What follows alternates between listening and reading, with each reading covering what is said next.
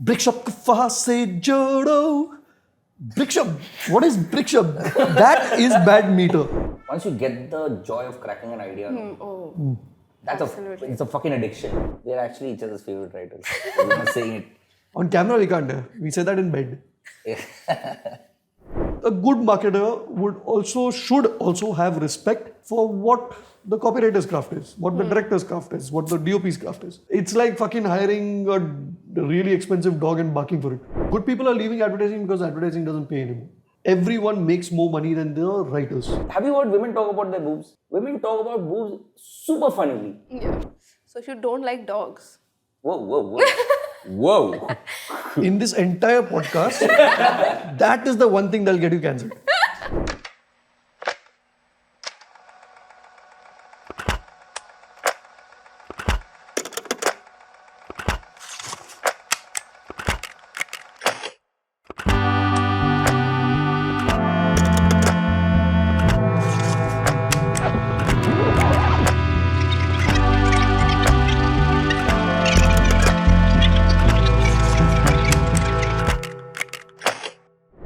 Welcome to Can I Just Record This? So when we started this podcast, we had this very clear vision in mind, okay, that there are very cool stories in advertising that people need to hear. And there are some late night conversations that feel like, they should be in movies. So that's where the name comes from. We wanted to record conversations we wish we recorded when sessions like these were happening. Hence the name, Can I Just Record This? Please welcome our first guest today. He's a writer, director, musically gifted storyteller who has done really cool ads like Museum of Boobs, Cleartrip's Fuck It, and Supermoney. I really like it. I love that ad. Anyway, Indrashish Mukherjee, everyone. Hey. And our second guest today is the CCO. Should I call you CCO of Tilt or CCO of Quotient? What do you define yourself as? I work at Tilt.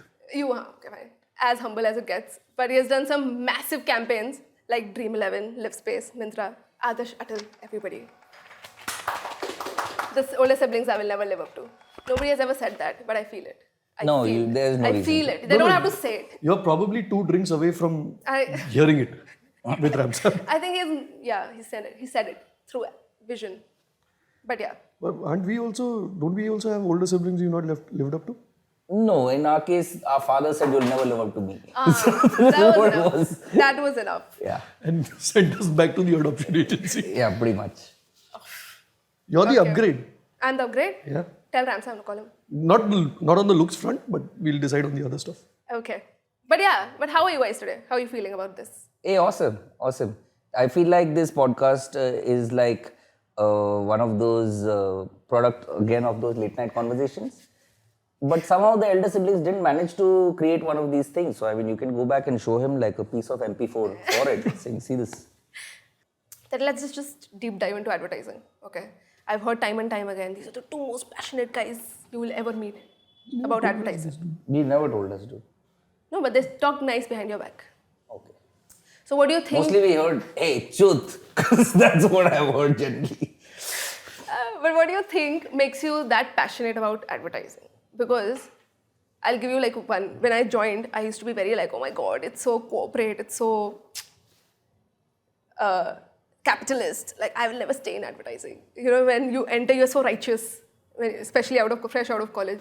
What do you think made you so passionate about advertising? I don't know. I never had this romance of like, hey, we are in a commercial art business and all that shit. I never had this thing about this guilt about advertising ever. I remember I used to be in college, in Jain College, Bangalore. And the bus used to drop us to this circle called Minerva Circle. And it used to be like a kilometer walk to the college. And every day for nearly a year, there was one hoarding with Upendra, the Kannadiga actor, with Yella okay, cool drink yake written on it. I used to fucking think like, fuck, so cool. Yeah, somebody sat and thought about that and made that happen. It looks like I remember that was my first thought also about advertising, right? Sorry, what does that mean? Everything is okay. Yalla okay. Cool drink yake. Why do you want a cool drink? Right. It basically was an ad for UB Export beer, which was 18 rupees or 20 rupees at that Something point. Of that sort, and he's holding a soda at that point. Yeah. And basically, if you if the price is 18 rupees, why the fuck do you want a cool drink? Was the idea. And Upendra was a big star at that And he had point some of time. fancy bottle opener with him, like one scorpion or one seahorse type one bottle opener. Everybody who was in Bangalore and grew up in Bangalore, Would have seen. it was everywhere. We all saw it. And even if you didn't know Kannada, or like when I saw it, I had just come to Bangalore. But that line just got straight into, even without it being read out. It's just something that you're reading on there. Yeah. But it was just there on everybody's lips. It was really I remember seeing this ad, and then I finished 2 years of PU college, then did graduation, and then advertising like nobody. Like if you want to be a doctor, you'll work for it, right? And advertising just happened to us, to him also, to me also. And when I joined Lintas, it was such a coincidence that the person who hired me was the guy who wrote that line, Ramsam. And I was just like, fuck, yaar, if I can do half of the cool things that he's managed to do, it would be a great bloody career. Yeah. And honestly speaking, that same thing, just to sit and do cool things and get paid for it, is the reason why I'm still passionate about advertising. I don't think a lot of professions can claim to be that. Of course, yeah, everybody's office nowadays looks cool. Everybody's got TT table. At one point, advertising offices were the only place where you could drink. I'm sure other offices now you can and all that. They've caught up. Everybody's caught up on the coolness front. Yeah. I think very little professions where people get paid to do random shit like that. And that randomness and still somewhere trying to contribute to pop culture, that still I think is the reason why I am passionate about advertising. That's such a destiny story you have. Everything you make You it know up. what is? I didn't want to. It's not like I wanted to join advertising or anything. I was going to get thrown out of my house, so I needed to get a job. Thank God I got this job. If I got another job, I would have been doing that job, and maybe I would have been really passionate about that, whatever that thing. I'm a really passionate call center employee. It could be. I don't know.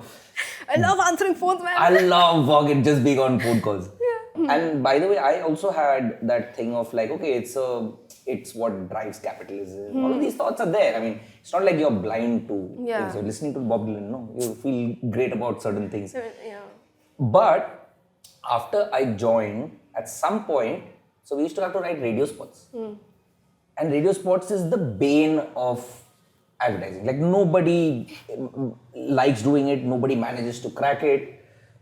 And I really feel that, first of all, they should really change it around where the senior most people should be writing the radio spots, because now you have reached that level where you should be able to crack radio spots. So they are the actually hardest things.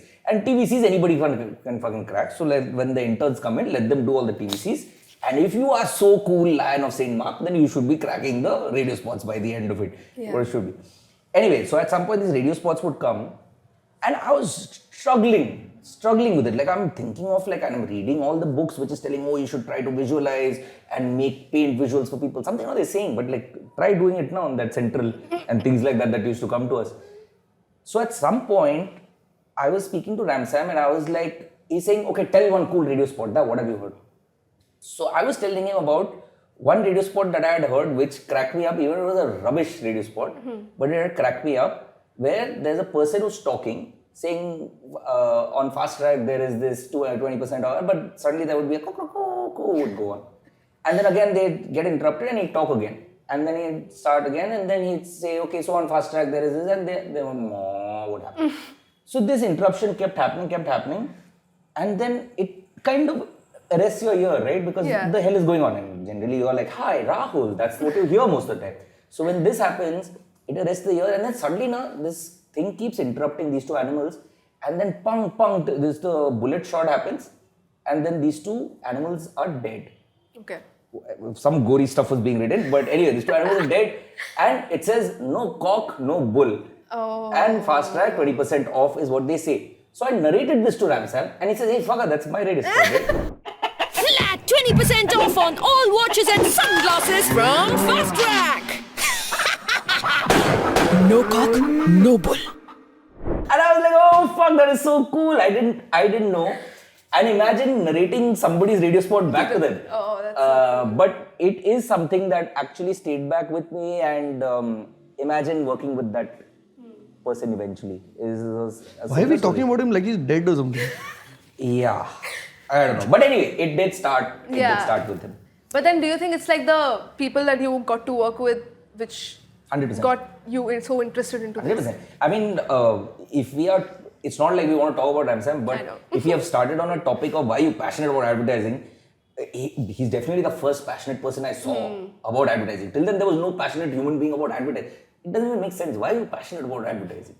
But then there's a guy who's walking around with CDs and he's collected the best ads, 500 ads of all over the world, and he's put it together. Then you're watching it and you're like, fuck, why aren't you passionate about advertising? Like, who are you? Like, what did you come up with that is so cool that you're not passionate about advertising? Because look at this fuckers, what they have done. And it's actually full of really cool stuff. Like when you say people, no, one thing that is true for advertising for sure, and like both of us worked in Sai Complex in Bangalore, early days of Lintas, right? Like at one point, if you stood at a certain part of the floor, you would hear at least 4 different genres of music blaring, and those were not the headphone days. You used to not come to office to hide. It's like put the headphones and hide. Lollapalooza. You can stand in the middle and choose your genre and walk towards that side. It's pretty much like that. Office. We, Office Lollapalooza. that's the interesting part. Like advertising allowed you to also meet a person who listens to ghazals, also meet a person who is also listening to bloody metal, and those two people are jamming on something together. There's not many jobs in the world that actually make that thrive. Of course, there'll be offices with different kinds of people, but they all come and bloody work as coders. In advertising, I don't know, like I had that weird sense of romance where like, fuck, you are actually working with people from various different, backgrounds, with various different likes and dislikes, and still coming and creating something interesting together on a like selling bloody jewelry or Mari biscuits. And what right do we have to work on Mari and talk to women in bloody Trujur? But we were doing it. That for me felt interesting, and that for me also then led to us becoming or more rounded as humans, Yeah. I really think advertising gave back so much more to me as a human that I have contributed to advertising.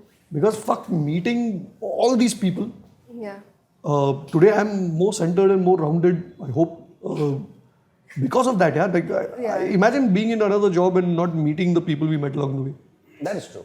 Getting abused by Sudhir. But you know what is the reason for being passionate? Once you get the joy of cracking an idea, it's a fucking addiction. Yeah. It is really an addiction. And if I think about it, I might have done 8 years of just like pure copywriting. I did not enjoy advertising. I did not enjoy it. Okay. Till the last 2 years, when I knew how to go fish out an idea, how to craft and go into a meeting. I only had good meetings after a point, because now you know Once you get exactly. Once you get it, fuck, then that high is something else. Then it is literally your friends are calling you to a bar, but you don't want to go because, man, I want to go and I want to nail it. Yeah. So that's really a high. And the people who we are talking about, like our seniors, etc., they also figured it out at some point. That's why they were also passionate about it. I think the moment you, first of all, the first 3 years that went by not even knowing what's a good idea and what's a bad idea. Same. You're just saying stuff and somebody's telling you, oh, hey, good. And you, previous night you've thought of something and you're like, fuck, I've nailed it. Yeah. And they've dismissed you, man. They've dismissed, and you're like, you've won the line of St. Mark the previous night. Yeah. You've given it to yourself. And you go and it's all been fine, and who has been at the receiving end of it? Like, see, he's like smiling on the side. But it's terrible. The first 3-4 years, you don't even know what is good. You're like a blind Like, fucking you feel guy like such walking a alley. loser that, oh my god, whatever. Everybody's great. Everybody's talented. Like in cricket, you know that's a good shot. It went to the boundary. You don't know. Somebody's coming and telling you, fuck, dude, you hit a boundary, you hit a century. You don't know. Yeah. At some point, I think after 4, 5, 6 years, you become a CD. Yeah. Then you actually apply yourself a little bit more. You try to figure out. But do you remember which campaign where one campaign where you think, oh, I've nailed it. This is when I started nailing it. There was this idea that was cracked by somebody else altogether. Okay. It was actually cracked by the client, if I'm not mistaken about it, on Paperboat.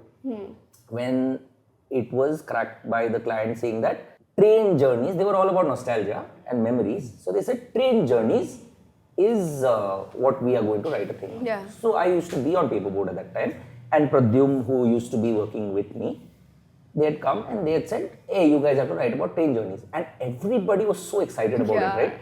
Because we felt like we have something so good on our hands. For some reason, I never felt intimidated about the fact that there will be 8 other people also who can write that ad equally nicely. And by the way, this 8 other people included Gulzar. It's not like we are just some 6 people in the corridor who we are talking about, because the talks are of Gulzar. But that Pradyum and me, we sat, and actually, I wasn't even a good Hindi writer. Actually, why am I saying was? I'm not a good Hindi writer. So between him and me, we figured out whatever we wanted to say. We spent the first 3-4 days thinking from our little bit nostalgia. Gulzar had to bring his nostalgia, we would have been screwed. But we sat, we wrote. By the time we went into that meeting, I had no doubts that they're not going to go to anybody. I've never felt like you feel like a power monger, man. Like, why are you walking to a meeting like that? Like, why don't you have some amount of like, I hope they like it. No humility, nothing. We walked in there, we presented, they approved every single line. We came back. I do remember that meeting very strongly because of the feeling before the meeting. It happened to be one of those where you've like sat, you've put everything in. You feel a good idea, like, oh, damn, I have it. नाम भी पूछ लिया, पता भी ले लिया, पर उसका फेवरेट कलर तो पूछना ही रह गया.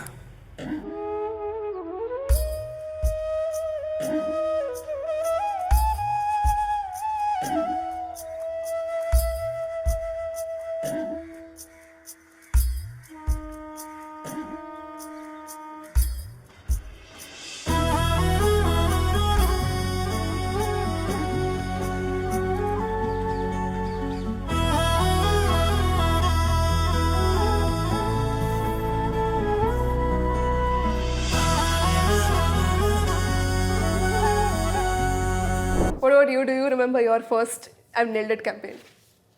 See, along the way, no, I mean, he will also remember all our Tanishq ads, no. We used to and I don't know why it feels like we had so much time at that time. Right, fucking 3 nights we used to sit in bars and bloody write one ad. What do you mean you didn't get brief in the morning and you didn't have to give script in the night? No, it was probably happening for someone else, but we didn't have that tension. Right? We had to just sit in bars and bloody debate 5 lines of a Tanishq, 5 dialogues. And if we had like half a dialogue here and there, no, which we had cracked along the way, we'd go and fucking demand it of Ramsam, saying, Make it. मैं present करेगा ये. Yeah. To the client, right? Yeah. Like, fuck, it feels like my ad. Yeah. But after that many years of getting like half a line somewhere approved in the Tanishq ad, no?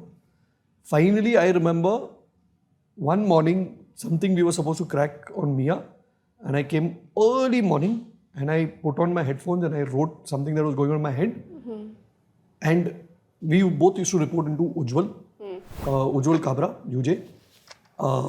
And UJ's pet name was Pouty. Because no matter what idea you tell him, his lower lip used to come out.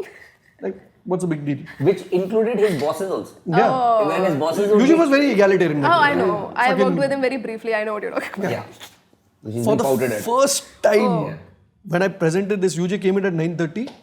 I told him, I've written something. First time in my life, not that he said anything nice. His response was, let's present to Ramsam. I was like, fuck, there was no lower lip. Fuck client, fuck film being made, fuck all the validation. UJ's lower lip didn't bloody come out. Yeah. Was the validation I needed. I felt like, oh fuck, this idea, ab kaun bomb kar sakta hai? Having said that, the client took about 1.5 years to bomb it over 45 rounds and make it. But that was the day. That was the day I remember. Today I felt that advertising thoda aa gaya yaar.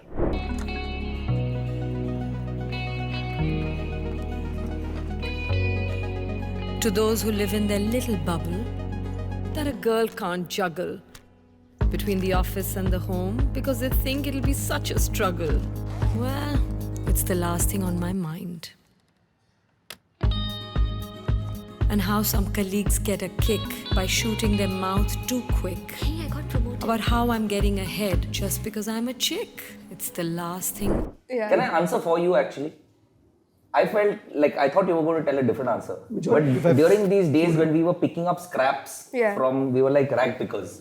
Oh, chalo, script is being made. Hey, we had a small Subway sandwich in there. One line, half a line we put. So we will take that. Yes, so we pull that out and you eat. This is what you're surviving on over the year. While this was going on up and there were like all the big boys were part of those briefs. First of all, they know what a good and a bad idea is. We don't even know. Secondly, they also have the right of saying that, okay, this is better, and we are sitting and we're writing those out, whatever it is. In between this mahal, at some point, for Diwali, which is the biggest campaign, Adarsh cracked the entire script, story, dialogue, everything, which the moment he said it, we all knew that that is what the film should be. And this happened, I'm guessing, before Mia, so that's why I was saying. Which when brand? the mother and there's a mother and a son film. He can narrate it if he wants. No, it was that film where the son comes with a smaller piece, which he's bought from his first salary for his mom. And when he enters, he realizes at that very moment the father is given a bigger piece. Oh, I know. Okay, that's... This was Amol Parashar and Tanvi Azmi, Right. directed by Abhinay. Oh, that's...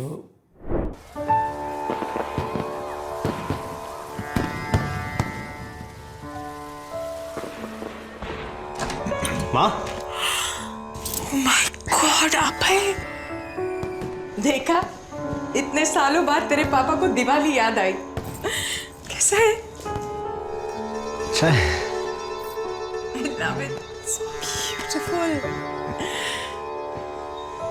माँ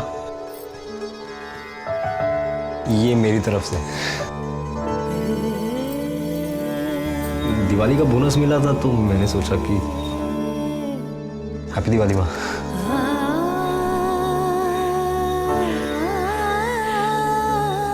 happy Diwali बेटा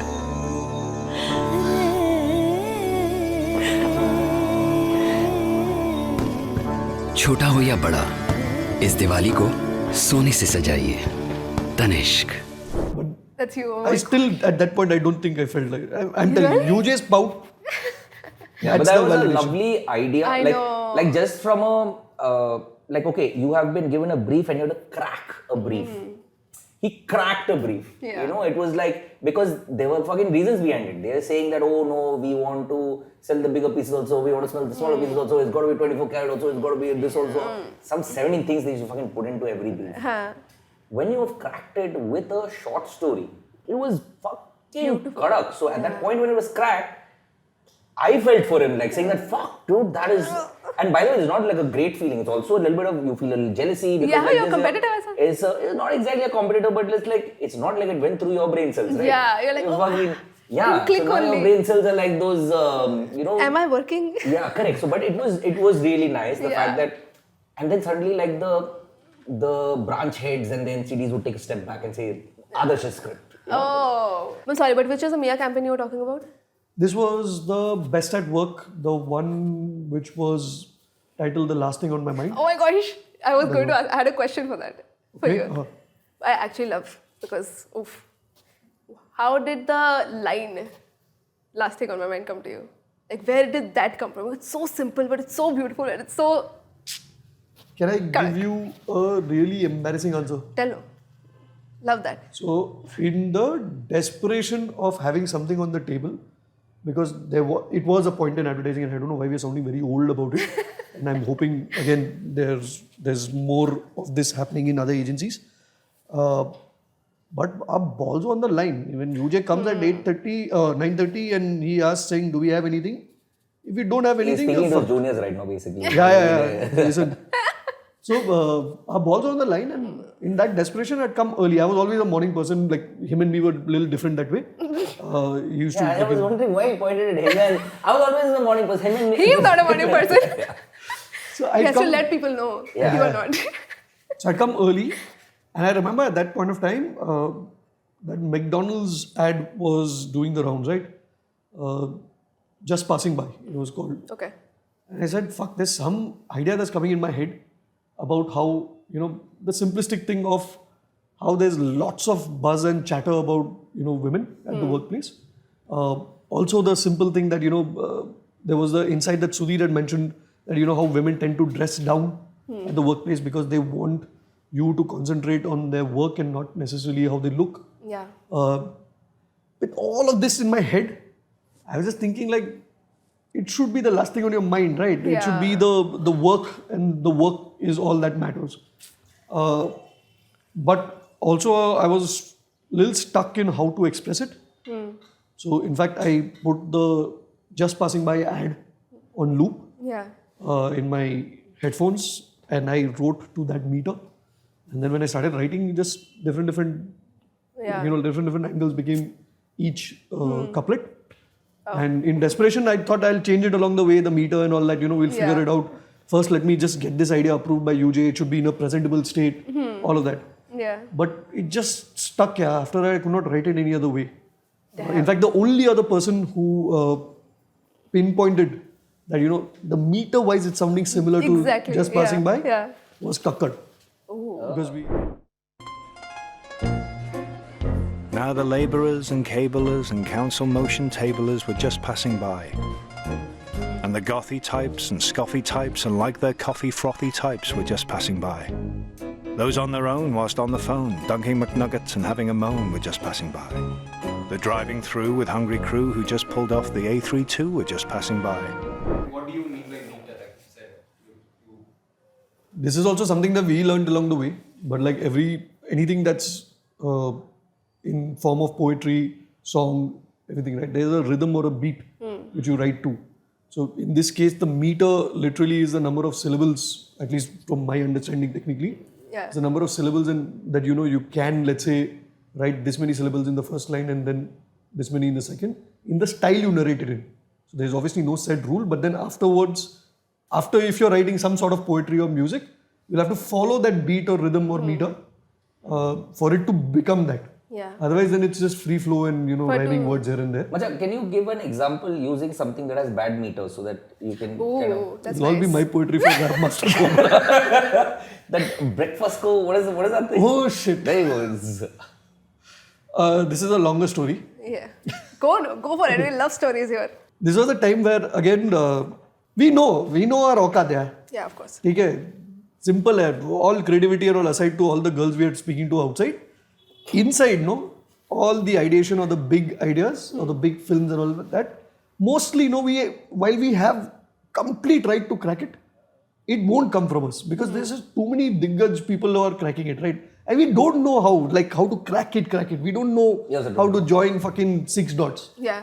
So we were doing a pitch for Britannia where it was called Britannia Breakfast. It was a strategic idea where we wanted to consolidate all their breakfast offerings under one thing, right? And this is something that Balki had thought of. And we were working on this pitch for some 15-20 days.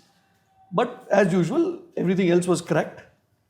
Ramsam was in that phase where in a pitch, right now we need to make the pitch exciting. So for about 4 or 5 pitches in a row, Ramsam wanted us to write a song and sing a song. Love that. Now, cut a long story short, this song that we were creating, him, me, he was playing guitar. Do you want a guitar now? To give the full emphasis of... And the words of this song are, break shabd ko fast se jodo. Breakfast, breakfast, breakfast. Breakfast se upwas todo. Breakfast, breakfast, breakfast. Lovely. And now, the reason why we brought it up because the detour, this is to explain meter. Since you asked what is meter, you will hear what is going to happen But now. I want to hear it with the guitar. No, I'll sing it to you. Yeah. Now the thing is, in this meter, break shabd, is off meter because it has to go faster to make sense then. Break shabd ko fast se jodo. Brick shabd. What is brick shabd? That is bad meter.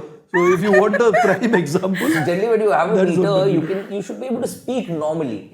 When your words have overflown that, then you have to cram it in like that, just so it fits in correctly. Because that timing will stay timing. It will stay there. So to fit it in there, you say brick shabd. And you sound like an idiot if you don't have meter. So Is it safe to assume that ad never made it?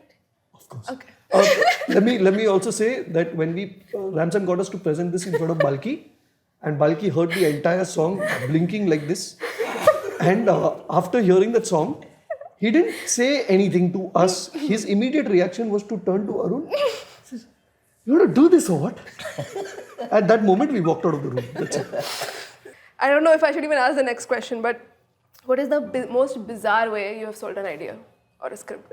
Because this makes me remember something. I've also done a lot of this singing and all of that. I feel, do you think like as writers you have to like put your self-respect a little bit aside and just be okay in making a fool of yourself in front of a room?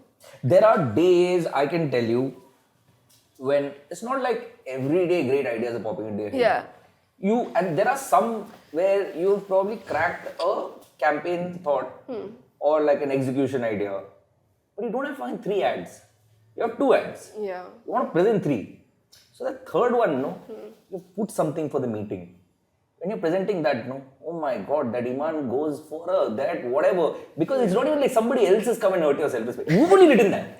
You only have to go present it to explain to and you'll be like, okay, cool, you know what, I'll take the next 5 days. If they approve the idea, I'll figure it out and I'll be able to present a better third script. Yeah. But at that moment, if you have told all of this to yourself while you're going into the room, but the moment of truth is when everybody is turning towards you and out of your mouth comes out this garbage script.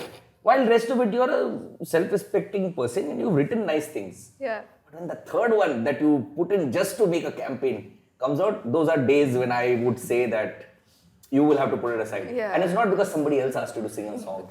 You only... I only do. Do you have a most embarrassing thing you've ever done for a pitch? Or even actually bizarre? Let's say whatever. I mean, I don't think bizarre and all. I think we've been... I'm not remembering anything, but... You're not remembering because you want bhang, na? Oh yeah, to sell it to fucking ransom. Yeah. What? God. Hey. It's too many inside stories on this. I know, but then I get No, very but excited. on this performance part of it, dude, I genuinely think any form of presentation, no? It's called a presentation not because it's connected to the word PPT. It's a fucking performance. My wife has like many videos that she sends on our family WhatsApp group where she, is convinced that she's married to a psycho. But every time I'm writing, especially if I'm writing dialogues, I am acting it out loudly. Me too. That really helps because otherwise you end up writing like you would speak, right? So you want to imagine the character, like whoever the character is, whichever house they belong to, what kind of a family they are from, what kind of language they speak. You want to imagine that and then write. So the only way to imagine it is one simple tip is enact it. Enact it like you're in a play. Makes you a better presenter later. Yes. Also, it just makes the writing better. What do you think makes a writer good? I read this line long ago, which I thought was so, especially for a writer, so indulgent to read something like that. It said that writing is the hardest for a writer. And it is also because at some point when you realize that, okay, I should be able to do it, we put ourselves on the line, right? We are reading out what we have written almost every third day to a bunch of people who may or may not like it. And there is a lot of, and we also have, we're not just doing pure writing, we're doing it to sell something. So at that point, even then you want to be able to touch somebody and it should make, whether it's something funny or emotional, something that should trigger anger or social change or whatever it is, whatever is your subject, if you're able to do that where it makes a person, moves a person, a good writer. Yeah. And it could be a person who's not a writer. It could be a person who's writing a diary, 16-year-old girl who's had a really bad day in school with her friends and she's writing, she's far from a writer. But if she managed to tell you that she's written a great piece and a writer will go back home saying, fuck, I'm not able to write like her, man. It'll be that. The moment you open a document to write anything, the first thing most writers do, in my opinion, is try to ape what they think is good writing. And usually, it'll always be some deep, you try to find and, let's say, project some very deep meaning in your writing. In my head, the writers that I love the most, the people I have tried to ape, usually manage to capture, the littlest of things. And as writers, I think we grow when we start pinpointing those littlest things in our lives, right? Today, I'll give you an example, and I was talking to Pradyum about it. How is grief written about, right? Or how is, let's say, somebody in your family is sick. How do you write about it, right? Usually, most films, you've got your point of references. They'll turn it into some little sobby stuff. There'll be some heavy things being said. There'll be lots of things that, hey, you've never spoken about this to that person. And, there'll be, it's stuff you've heard. And you're a sum of all your parts, all the things that you've seen and everything, right? And this constant need to be serious, deep, or even if you're being funny to make some great, great joke versus just the littler things. I mean, all of us lead very interesting lives. We don't have to go and bloody travel alone to just be interesting. Everything about us is interesting. Yeah. Just we don't see the littler things. The moment you start seeing it and start incorporating it in your writing, I think you become a lot more interesting as a writer, especially as an advertising writer. Yeah. I don't know if I'm taking the right names, but this story I heard about a director who was charging long back in Indian advertising, who was charging, let's say, double of what the second best director was charging. And the client really wanted to go work with this director, right? I think it was Tarsim for Coke. And the client apparently called Tarsim up and said, listen, you're literally double the cost. Want to do this with you, but like, why double? Like, can you just justify? And Tarsim said, you're not paying me for the ad. The ad can be made in this much budget. What you're paying me for is all the books I've read, all the music I've listened to, all the life experiences I've had, all the women I've slept with, everything I'm going to put into that ad. That is why this is going to cost you a premium, right? I just feel the moment we can identify the littler things and start putting our life experiences in our writing, it just is a lot more. It's like we're doing this podcast where if both of us just spoke theory and gyan, then it won't be interesting. We're talking fucking stories, right? Littler stories. I'm hoping it's interesting. But it makes it fun for us. If you don't enjoy putting those littler things that you went through or you pinpointed, I think if you manage to do it, it's a better bet that it will be interesting to someone else. Yeah. Especially for copywriting. You know, an example that's coming to mind is there's this one long copy ad written by Freddie Buddy, the goat of all goats. And there is a line in it that we all quote. I mean, it's been probably 40 years since he's written it. He's moved on to being an Instagram influencer who also still writes wonderfully. But he's left that world behind, but people still talk about that ad, and it's a print ad, which did not probably have like the crores of budget that you would make for a TVC, but I would put it against any amazing TVC and it would still move you more than, so that was that good. And the line that we always quote is the last line in that ad, where he wrote that silence is only beautiful when you have somebody to share it with. Silence is unbearable when you have no one to share it with. When you have nobody to share it with. So if this is the last line. But the lead up to that line, he explains, he's talking about his father. And he's talking about how he saw his father being the quietest man in the house. He used to just follow a routine. He would get his salary, he would come home, take a little bit out for his pan and whatever, give the rest to his mother.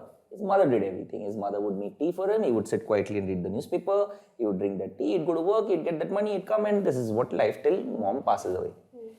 And then he's like, I started hearing sounds in the house where my father would now be in the kitchen and there would be a lot of sound coming out of there. And the way he's written it, you can kind of imagine that this man is lost. He doesn't know how to make tea because he never made tea for himself.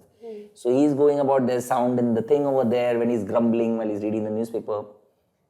Then when he lands that line on you saying that silence is unbearable when you have nobody to share it with, that becomes something else altogether. Yeah. So the entire thing would not be the same without that little detail of the tea, without that little pan, without that newspaper grumbling or that thing. It would not be the same. So if anybody who is, because you're asking about what is good writing and because we're speaking about it, if anybody who's watching it is just trying to figure, that would be the difference between the smaller details as opposed to writing. If as a young writer you came up with the line, silence is unbearable, that's why you should pat yourself on the back for it. But you know for a fact that it's not going to land till the time you have gone and you've poked around in somebody's heart in those areas, and then you can go and do your final thing. But it is that actually sells it. It's not that final line. That's true. That actually answers quite a bit of my next question also, but I'll still ask it because I wanted to ask this to you specifically. That I often hear from directors, or we recently had a motion designer on the podcast, and he was like that writers don't think visually. They think in dialogues. So what do you think writers can do to write better for film or write better visually, whatever that means? Since you started off as a writer and now you're a director also, so I feel like you have both of those perspectives. thankfully for me, I mean, while I was a writer only, I realized that we really need to stop writing dialogues because after a point, it was just getting. I mean, and having said that, you will people quote. They will quote that 3 shots that were amazing, but they'll quote the dialogues. Even now, people are saying stuff like "Kal fir ek mazdoor aayega" or "पैसे लेने से इनकार कर देगा, काम करने से." Those are dialogues that are there in your because dialogues do a certain thing. It is how people communicate, and it is what makes human beings. It's a great thing. Yeah. If you can do it without a dialogue, it somehow ends up being a little more impactful. There are kinds of dialogues. If somebody is speaking what you want to communicate exactly like that, it's not going to have that effect. But if you're going to say something around it, and then it implies something else, that's a wonderful dialogue. You want that dialogue. You don't want a scene which has only visuals out there. You want that thing that implies a dialogue creates worlds for you. It's like the radio spot of filmmaking. It creates worlds for you. You can see things that you don't have to cut to another scene to like show. So I'm absolutely in favor of dialogue. Just to add to what he's saying, you know, and this was one, like certain parts I remember as pivotal points, you know, where like, fuck, ऐसा कभी नहीं सोचा यार हम लोग ने, and then you try to ape that, right? Yeah. I remember long back I'd seen one film of Vinyls. Till now, I have never met Vinyl in my life. I've only spoken to him on emails and on phone and all of that, right? We've never worked together. But I remember seeing that one film of his, actually a couple of films. He had at that point done a beautiful film for Maggie, where the 2 teenager kids return from a city and they say, "Mummy, bas bol do na 2 minutes." And he had also done a film for Woot, where the walls, you know, were pink. And nobody makes that choice. Like bright pink walls, nobody makes that choice, right? And I was trying to think like, why did he choose pink walls? And somewhere, I don't remember who said it, Ujjwal or Ramsam or someone said it. He said maybe it was a rented apartment and you don't get to choose the color of the wall, right? I was thinking, fuck, we don't think of those details. So when you say think visually, see the easiest thing so it's a combination of dialogues and this, right? Yeah. The easiest It thing is another tool. I'll tell you another, because he brought up vinyl. There's a great example of one random fucking dialogue that he put in one of his films. I spoke to him once and I asked him about it. He was very happy that somebody noticed that dialogue. It's the most ridiculous dialogue. I don't know how it has entered into an ad. It's that famous film of his for Daag Achhe Hai, where Rosie Ma'am's dog has died. And the kid goes and plays in the mud and kind of makes her feel happy about it. And they say, Agar achhe ke liye to daag achhe hai. That's basically what it is. When they're setting up the context of this, they show a classroom where kids are being unruly because the teacher has not come in that day. So somebody saying, "Hey, Rosie Ma'am kidhar hai? Rosie Ma'am ka dog mar gaya." Now this is enough exposition for you to understand kya hua. That hero who is there in that thing, he's added one small dialogue here. So it's not even a dialogue. He's saying, "Rosie Ma'am ka dog mar gaya." This fellow is standing in the corner saying, "Oh," because he's so happy he's got a free period. It's later going to be the same dude who is going to go and make her feel happy, you know. It is such a wonderful piece of building some character, and it is done in less than a second, because all he said is "oh." Yeah. But it is so fucking wonderful that somebody's managed to think of this. So I would say that, please think of dialogue, but don't think of dialogue in its traditional sense to like say things. Yeah. If your dialogues make you feel something, or it's painting something, dialogue and paint visuals, But that's so clever, because even just that "ow" paints a picture of the kid being a backbencher but still being teacher's favorite. And all that. So that's much so is nice. done through that. Yeah. So much is done through So that. nice. आज रोजी miss क्यों नहीं आई? उनका doggy मर गया।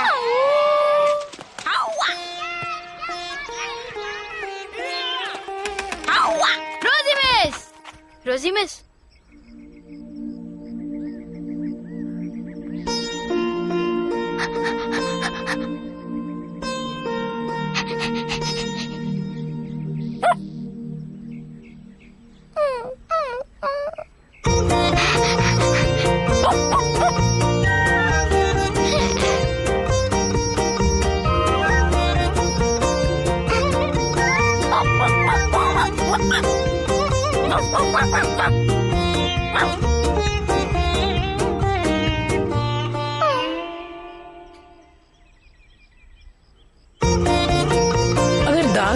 कुछ अच्छा होता है तो दाग अच्छे हैं. सर्फ एक्सेल, दाग अच्छे हैं. And also, see, it's not just, it's the written word, right? It's not just dialogue. When you write a script, you're not just writing 6 dialogues. Yeah. It's also the detailing of, let's say the pink wall, right? Or I remember we used to write things like, this is the kind of house, like when you're describing the house, we are hoping that somebody will fucking read these details and imagine the film that's there in our heads, right? This is the kind of house where the suitcases are on top of the cupboard. So basically, simple है ना, ये घर में उसने अभी तक घर नहीं बनाया है इसको, and it's not done the top to down thing. Or it could also be the house where boss, they don't have that much money to do that furniture. Yeah. If you just write these little details, imagine it first, obviously, and write these in, I feel that is visual thinking, to be very honest, because visual thinking, the cliche answer would be, come on, tell a story without any dialogues. That's not the case. It's the point that he's also making, right? But if you add visual to your thinking, there's better world building, there's better, I mean, then your dialogues come alive more. And maybe then you can say a little less.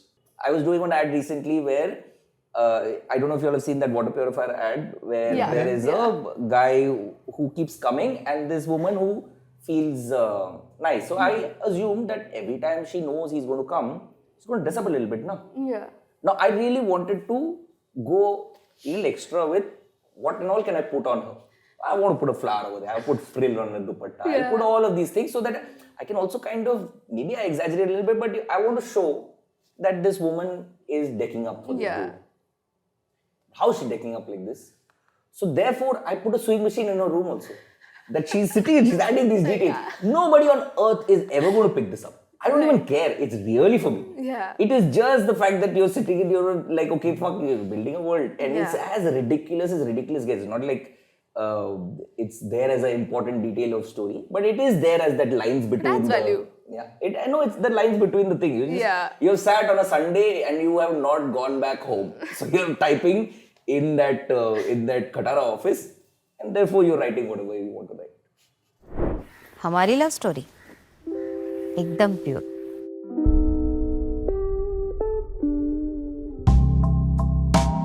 My heart overflows like a river.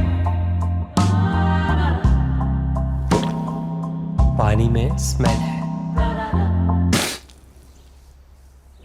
Now we can talk about your works. Now I'll make you even more uncomfortable.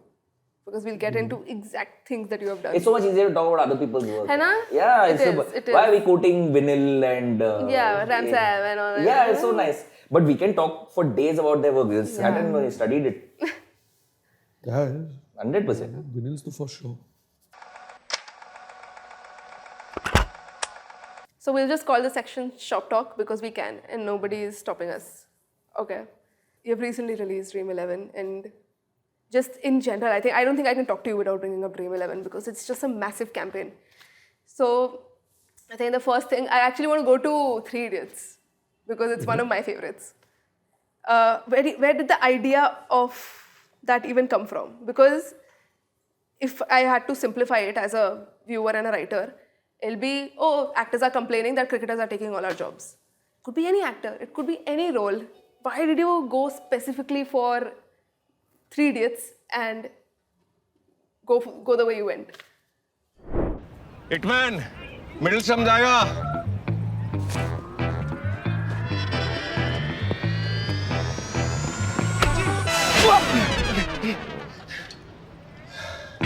Nice.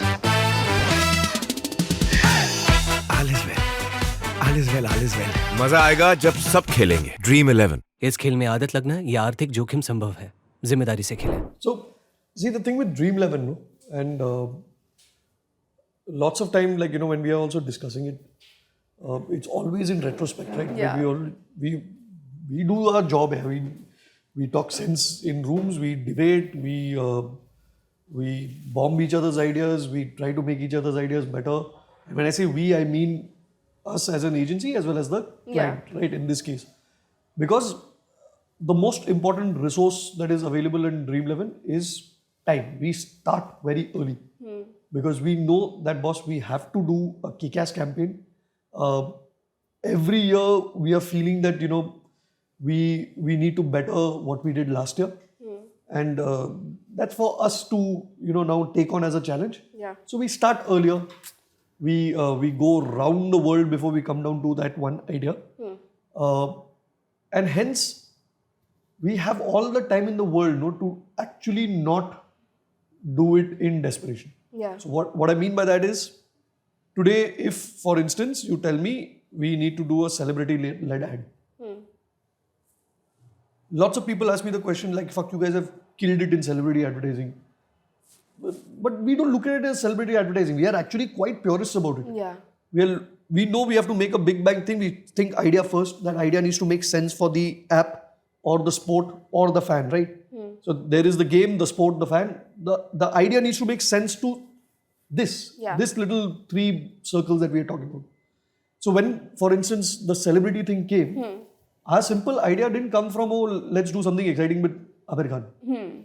It came from the fact that, boss, if we've got to better what we did last year, and let's say the inflection this time is some sort of celebrity, we already have celebrities, we have cricketers there, right? True. They are our connection to the sport and the game. So the celebrity is like very logical thinking, right? The celebrity now has to be outside of cricket. Okay, Bollywood. So Bollywood and cricket, what can be the connection which will still make sense here? Is where we landed on that simple thought that, boss, is Bollywood a little miffed because we are also pop culture first? We also take a lot of credit on knowing what is happening on the internet and what is the buzz. Yeah. Right? Yeah. You can't create pop culture if you don't know what pop culture is. What is the pop culture there? Yeah. So we knew that, every time any cricketer puts up an ad, there will be some lone thing on Twitter, कि अरे यार इन लोग की acting better हो गई है, worse हो गई है. The moment the cricketer performs badly on the field, there'll be somebody online saying, अरे इतना acting कर रहे हैं, ads में acting कर रहे हैं, इसलिए performance पे ध्यान दो यार. Yeah. All of that. We just thought it would be quite nice and meta to turn that around, right? Where if Bollywood has to come into this mix, let them do it with this. And in that entire gamut of Bollywood people available, Amir and the Three Idiots, and because he also needed a team, because Dreamland is all about team, right? His most iconic team, according to us, was this. So we got the Three Idiots together. Dil chata hai. For the TG that we are talking to. Okay, fair. Yeah, it is more, because if you were going to do this, why you didn't say Jo Jeeta Wahi Se Karna? Dil chata hai. No, she also skipped the Lagan part. Yeah. That's a big thing. There's cricket correct also. I mean, I didn't think that. But I mean, so we know one part that's going to get edited, correct? Yeah, I still stand by it. But okay. As you grow in an agency, a writer's work is not just writing. Like, you need to get involved in the production side of things. You need to understand post-production. You need to understand music. Like, you need to look at a film as a whole, and not when I've written the script and I'll sign out. Okay. So again, when I looked at the last campaign you guys released with like Amir and Ranbir, I was looking at that massive cast. I was looking at that massive everything, and I couldn't help but think, how does a production like that even begin? How do you plan so many schedules? How long does that take? Like, it's just I just want to understand the logistics of it. Like, how does that happen? Australia में था वो वाला. That was my favorite 100 of yours. Aamir भाई, एक photo मिलेगा क्या? हाँ, of course. नहीं, वो रणबीर के साथ. बहुत बड़ा फैन हूँ उसका. अरे फोटो क्या पप्पी दे देगा? अपने ही बच्चे. हाँ, चलो. First of all, like, I was not even part of this. Yeah. I can only imagine the level of a nightmare that this. Oh my God, the would be. planning. Can I break the myth? Yeah. Obviously, lots and lots of hard work, but it really wasn't the right. To be very honest, because for the guy who is setting up on Yes. Kabhi Kis Din Kahan Pe, who is in which slot, whose vanity will be where, Yes. bigger vanity, smaller vanity, it is. You should ask this question So the servicing. to the producer. No, to the producer. That producer. They will be going through a night. Nobody slept on that project. Nobody. No. So, for instance, we've done this for now 3 years in a row with Nitesh and team at Sky, and there's obviously been some learnings along the way. This year we were quite prepared for it. Of course, you're right. There's lots of work that goes into it, but I think at least when it comes out on, like when we were on set, everything works just the way it's supposed to work because it's been very well planned. Calculated. Yeah. And again, I'm going back to time. Because we know from day one that we are going to make an ad for IPL. We know from day one that roughly this is the let's say between two tournaments, cricketers will be available at this time for shoot. We work towards that creatively, and then we obviously want to lock something decently in advance because we know there's going to be lots of logistical planning that's involved, right?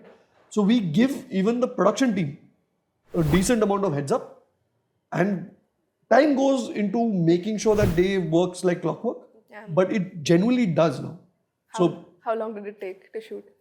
No, it was a 3-day shoot. That's it? Yes, planned But wait, to the T. when you mean 3 days, you mean like Monday, Tuesday, Wednesday, or 3 days spread across? No, Monday, Tuesday, Wednesday day. Really? And everybody's availability was fixed to the T. So it's simple. So we got Amir and Ranbir to come for a day together and 1 day separately each, right? We mapped the cricketers' availabilities according to the shots that we needed. So obviously we shot it non-linear, right, in pieces. But everybody had a place to be when they were not shooting for this. So because you obviously shoot lots of things around the campaign also, right? Yeah. So if, let's say, we know that we have to shoot this part with Ranbir and Hardik,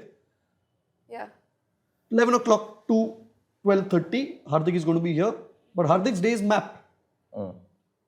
Ranbir then will join us here with, let's say, Ashwin.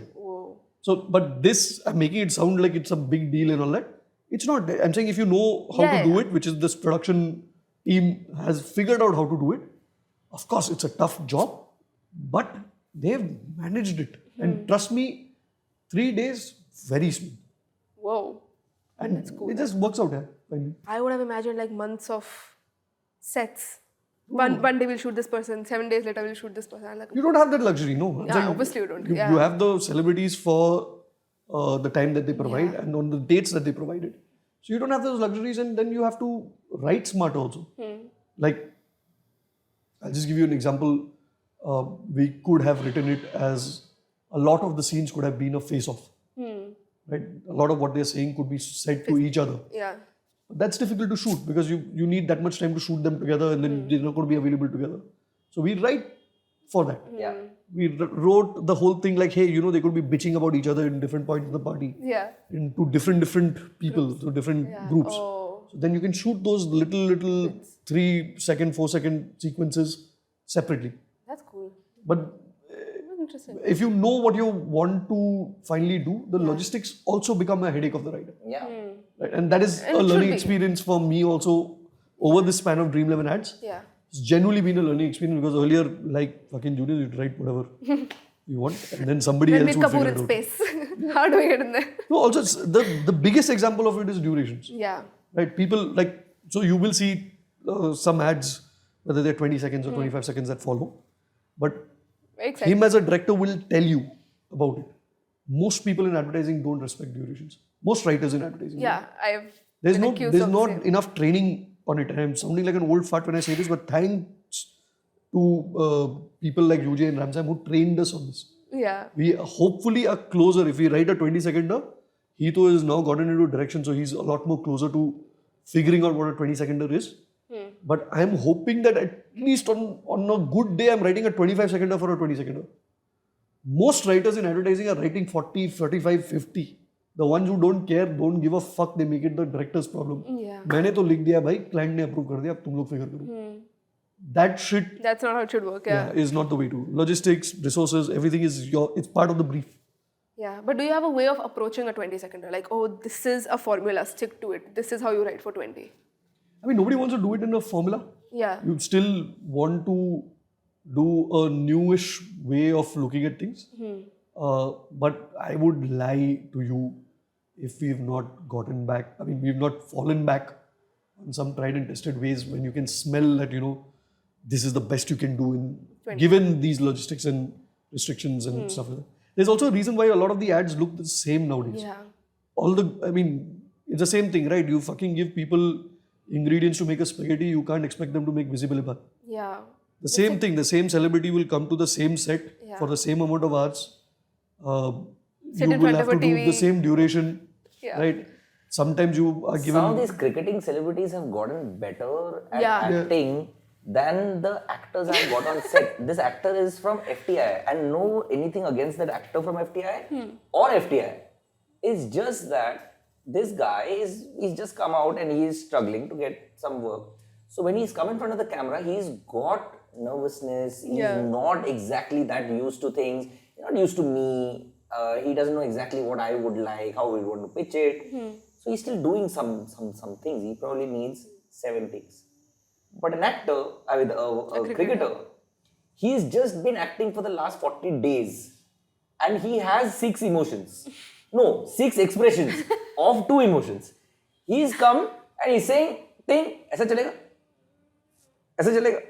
And you get whatever. They've written also keeping in mind that this is what is going to happen. And then I'm looking at this dude and I'm like, man, he's actually become a really good actor because he's just given me whatever I needed in like 4 minutes. Yeah. And it's done and finished. But do you have a way of dealing with a 20? Like when you get a script from a writer that's a 40? You know what I've realized, one part of it is true, what he's saying, that it's like the respect for duration is gone. And it has also come in other ways because the prices are so exorbitant for that 20-seconder right now. I heard it recently and I was like, whoa, what's happening? And they're saying this is after discount and all, it seems. So whatever they were saying, one part which is a super culprit is that ad has been written for a 20-seconder. It's a lovely 20-seconder. You can figure out everything is great. Then suddenly one VO has come. That VO is not getting over. That VO is going on and they are saying a lot of things. And now you've forgotten what that story was because the VO is still going on. That VO is a motherfucker. It really I know. It is not. And I realized why this also happened. Why?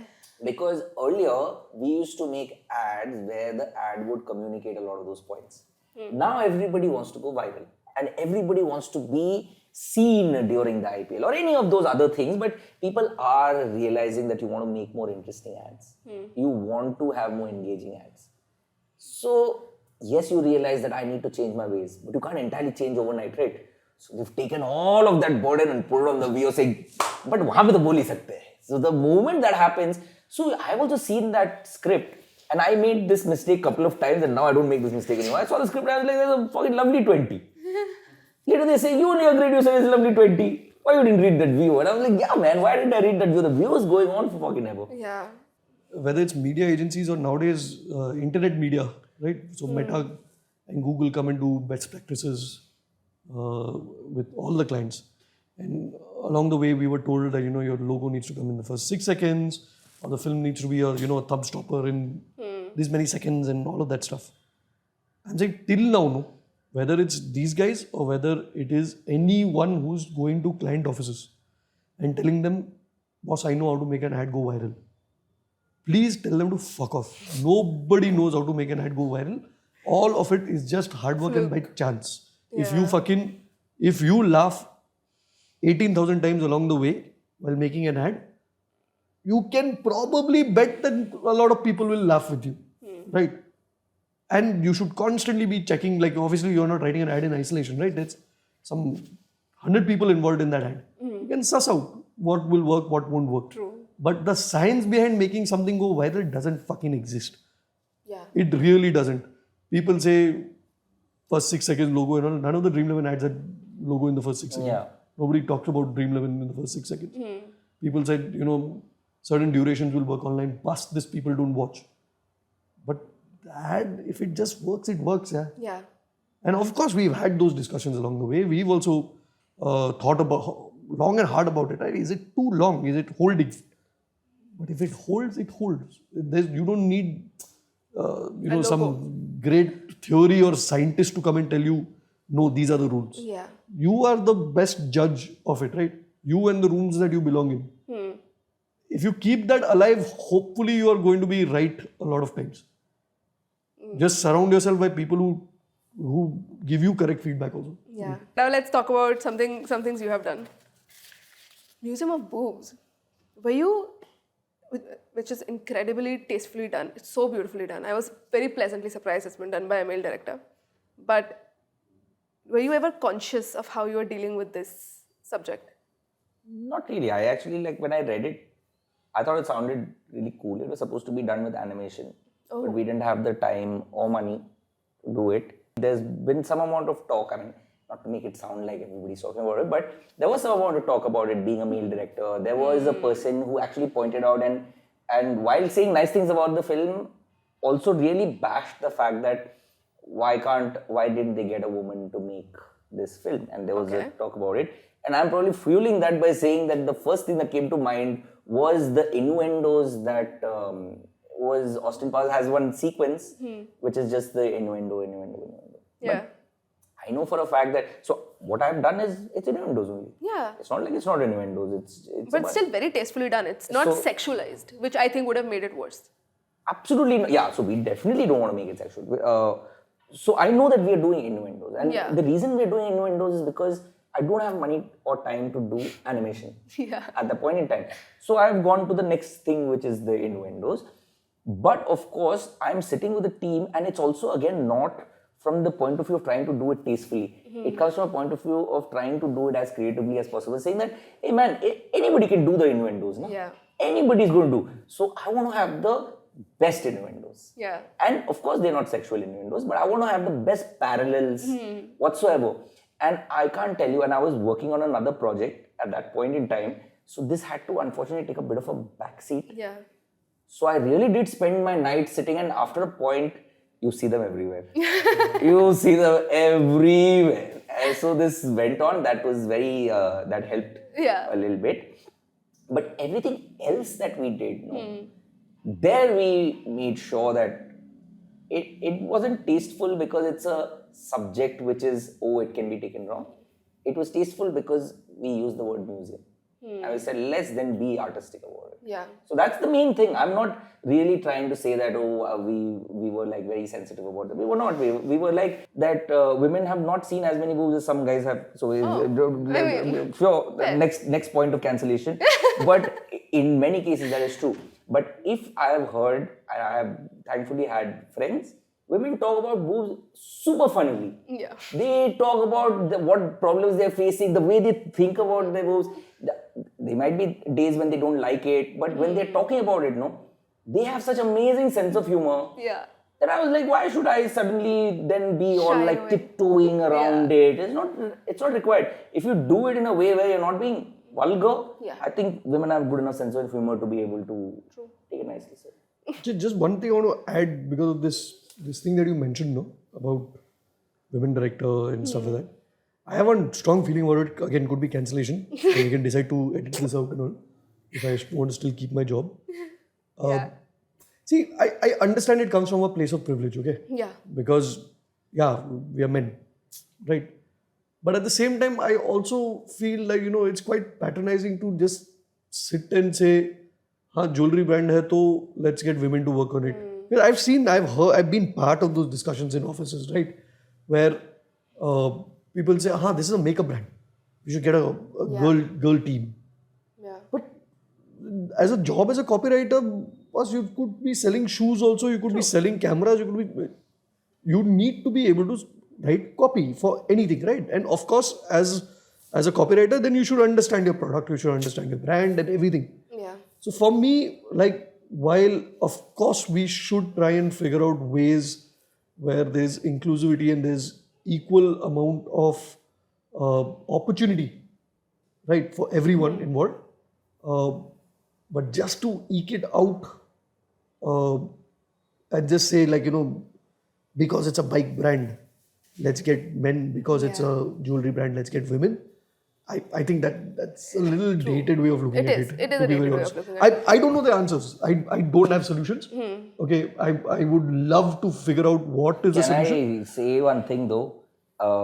My two favorite directors currently in advertising are two women. And I'm not just saying that for that reason. These two women know it very well.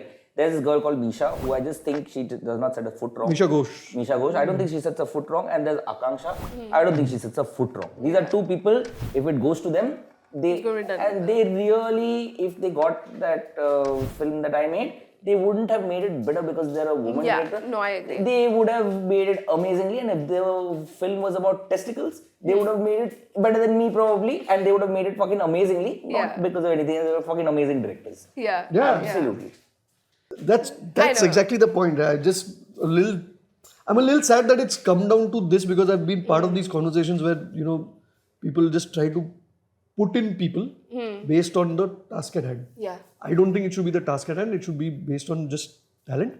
Of course, it comes from a place of privilege and I don't know how to solve for that. Yeah. Would love to, but I don't think this is the solution. That's the only thing. True. Agreed.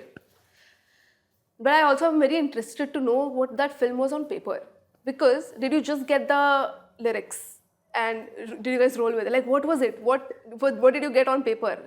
No, on paper we had the fact that there are different kinds of books, and the person I love working with her. Her name is Shikha. Yeah, I really like working with her. She's a super collaborative person. In fact, on this job, like generally we gel very nicely. On this job, there was no lyrics.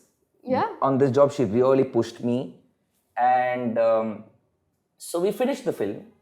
We had come up with and we had so much more that we wanted to shoot, but we could not shoot that much more. We wish we could have. There were some really nice things that we wanted to shoot, and like there was like for the saggy one, there was an egg yolk that's falling. Like they said, there's a nipple at the bottom, and it's supposed to be made with blown glass. Anyway, so a whole bunch of these, and we were very happy with visuals, like we spoke about. So here we are. We've thought about it visually. And the reason why there was no lyrics is because we were 100% sure that this cannot be more than a 30-second ad, which eventually went on to, okay, maybe we can think about a 45. Because again, the meeting happened, I showed them that it's going to be like this.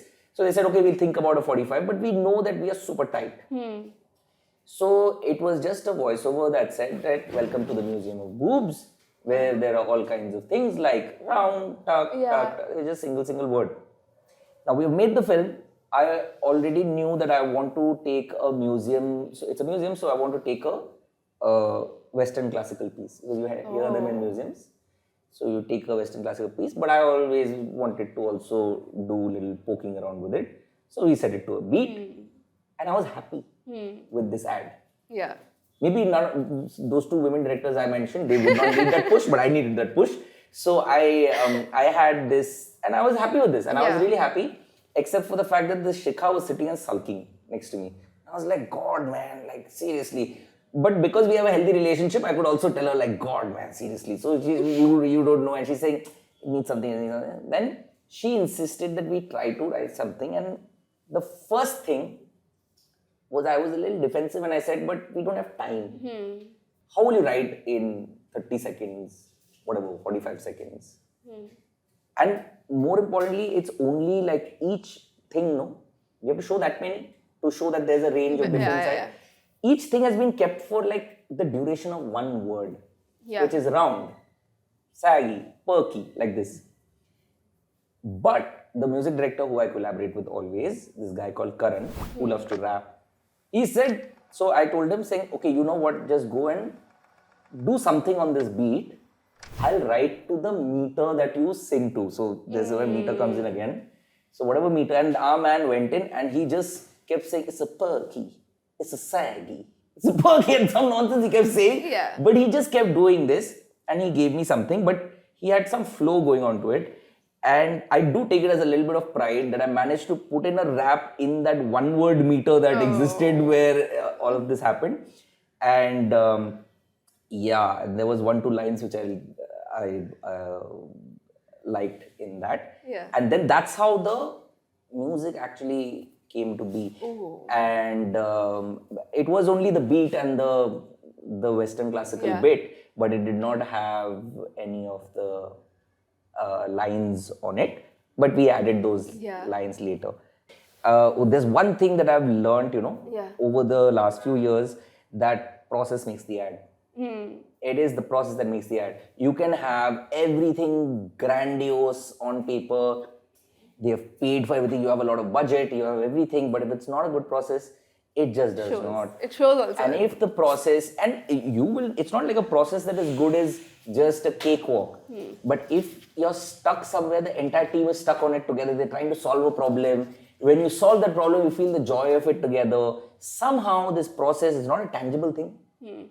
But it is somehow a thing that translates amazingly, and then it just ends up. I know that no good ad has been made on a bad process. I just have this feeling. I would just extrapolate that to people. Good people working together make better work more often. Yeah. Bad people or just just overall bad attitude or whatever it is, right? These bad apples, once in a while गलती से एक अच्छा ad निकल जाएगा. Correct. But if you want to be constantly doing good work on brands or briefs that don't necessarily lead to good work often, right? The only way to do it is to just surround yourself in this process. Like we pick or choose directors whom we know we'll enjoy the process with. Yeah. Not necessarily, like after all of this, you've finally gotten an ad approved. Yeah. And then you want the process also to be shit. Oh my God. I just can't. That's all. So you shot it first without even a meter in mind. No, we did have the beat and the thing. Oh. Yeah. It exists already. How much do you have to speed it up for it to fit in 45? Yeah. Is what you sped it up to. But it's a sample, so you can speed and slow it down. We have a beat to it. And that's about it. Then Western classical, then lyric. The beat to it, and then we've shot and we've edited, and the edit has gotten over in 4 seconds. Because it's just that, you know exactly what it's going to be. Yeah. And I was ready with this film in 4 seconds. If not for that lovely sulking human being next to me saying, hey, missing. Yeah, something's missing, it's not cool. Welcome to the Museum of Boobs, where no two boobs are alike, baby. Now there's the round ones and the long, long, long looking down ones. A perk, a droop, a sisterhood of boobs. Two together, two away from each other. Some are mountains, yeah, really. Some come sloping down like valleys. So many kinds of breasts, and yet they make bras for the same old pair. Are you a cat person? Animal person. Cat, dog, whatever. Damn, I had heard you're a cat person. So my next question had a lot to do with that. Is that Ramsam's theory of cat and Oh, dog? like that. By that theory, though, I'm definitely a cat person, yes. By what theory? His theory is that there are people who are dogs and people who are cats. That I agree. It's not like they are dog people or cat people. Oh. And so if they are cats, they are more aloof. They have... And by the way, when he says there are people who are cats, he actually means that they are assholes. Because cats are looked upon like that. But the truth is, what I have at least seen from having cat and dog. You're both? No, I had at some point. Okay. Is cats are actually way more loyal than dogs, man. Mm-hmm. I mean, dogs are given points for loyalty. Dogs run to every fucking third person and they're like, come love me, pet me. But a cat will only go to that one person and that's all. So, I mean... That also on sometimes. Yes, but it's still a loyal thing. It's not going to go to every third person, so... So if you don't like dogs... Whoa, whoa, whoa. Whoa. In this entire podcast, that is the one thing that'll get you cancelled. Fucking team podcast kya kiya? Sensationalism. Straight. Yes. So you're saying you don't like dogs. Macha, I have already understood from being in a relationship that every time somebody tells you, so what you're saying is, what is going to follow is not something you have said. It is just going to be, it is never going to come out, it is not come out of your mouth. So what you're saying is, it is 100% sure something you have So then a lot of people do this in meetings. Okay. Oh my God. Where they'll say, what Indrashish is trying to say. No, I'll say it. One second, not trying. He did a good job of saying it. Fucking trying to say because they'll just mismatch everything and be like fucking kosher and shit like that. Sorry, this is just. So what about cats? Please tell. I was actually going to ask you about Little Hearts. Okay. Shoot. Did you actually shoot? How many dogs did you shoot with? We shot with, I think there were 30 of them. And there's between them also, there are some smaller ones. There's something called a teacup poodle. And then there is also another kind of poodle. Also starts with a T, I'm forgetting the, tablespoon. So there was another kind of, but they're slightly bigger, but they're all... That's so crazy. How is that shooting with so many animals? I can't even tell you it, but I might have some little good karma. That day before the shoot, I saw and I was like, I am doomed. Because these fellows are so little. I need them to stay still for a second, They can't. They are and their heads and their eyes don't look anywhere. Their eyes are just having, I don't know what is going on with it's like that handheld camera in a chase sequence is what they are looking at. Their entire life is being spent like that. So I was like, this is not a cute film. This is a cute dog. The film is a handheld shaky chase sequence is what I have. There's no way. We came to the shoot that every single one of them was just on whatever they needed to do, including popping out of a hoodie when the camera comes here. I don't even know why I came up with the shots like that. So I already know this dog is not going to do. Why have I still decided to stick to that shot? Because the copyright is thinking visually. Of course. So now we're like, oh, I have to. Then fucking the dog popped up on cue every single time. Every single time. Like, I can't even explain why that happened. I wish I could say, like, I had this plan and I had this treat that I was using. Every single time. Every single time. I've had such good luck with dogs. Oh. Even the first time Even as a cat person. Yeah. So therefore now even the first time I did a dog commercial, I had 14 dogs on set. I needed 7. Right. And I had backup dogs. There was a trained dog and there is a non-trained dog who was the backup dog. But I preferred the non-trained dog because there's something in their eyes a little more as opposed to a trained dog, which does not, it feels like it's used to following these instructions. It's a little, I don't know, it just felt like that. Every single scene was done by the non-trained dog. Yeah. And they did it. It's not like I needed to use the trainer. It just turned out like that. So I had good luck. But do you guys sedate dogs? Yo, no. I'm asking. I don't know how this changed. Can I tell you, on both the films, my brief to my entire, I get the team together in the beginning and I tell them this line, which I've said for the second time, but it was that today we all take care of the dogs and the dogs will take care of the films.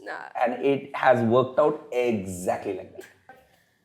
How differently do you think you look at scripts as a director versus when you used to look at them as a... Is there a difference at all? I know because I made this mistake in the beginning of my direction stint. Yeah. Because a lot of the stuff I used to make in the beginning was stuff I used to write. And then I used to direct. I used to go to the client and say, I think I'm the best person for this job. You made the me up. Yes. Yeah. But a lot of those... And I used to be... Like when I know I'm going to direct it, I have sat and I've crafted it to the T because I'm going to direct it. So I need to go there with and there is nobody saying, no, don't do this, don't do that. So I'm writing everything. I've realized that there is a difference between something being good on paper and something being good on screen. And absolutely. Unfortunately, I had to learn it through my own script. But now, even if I receive a nice script, that means the copywriter has done a nice job. It's not necessarily that immediately it will translate into a nice film.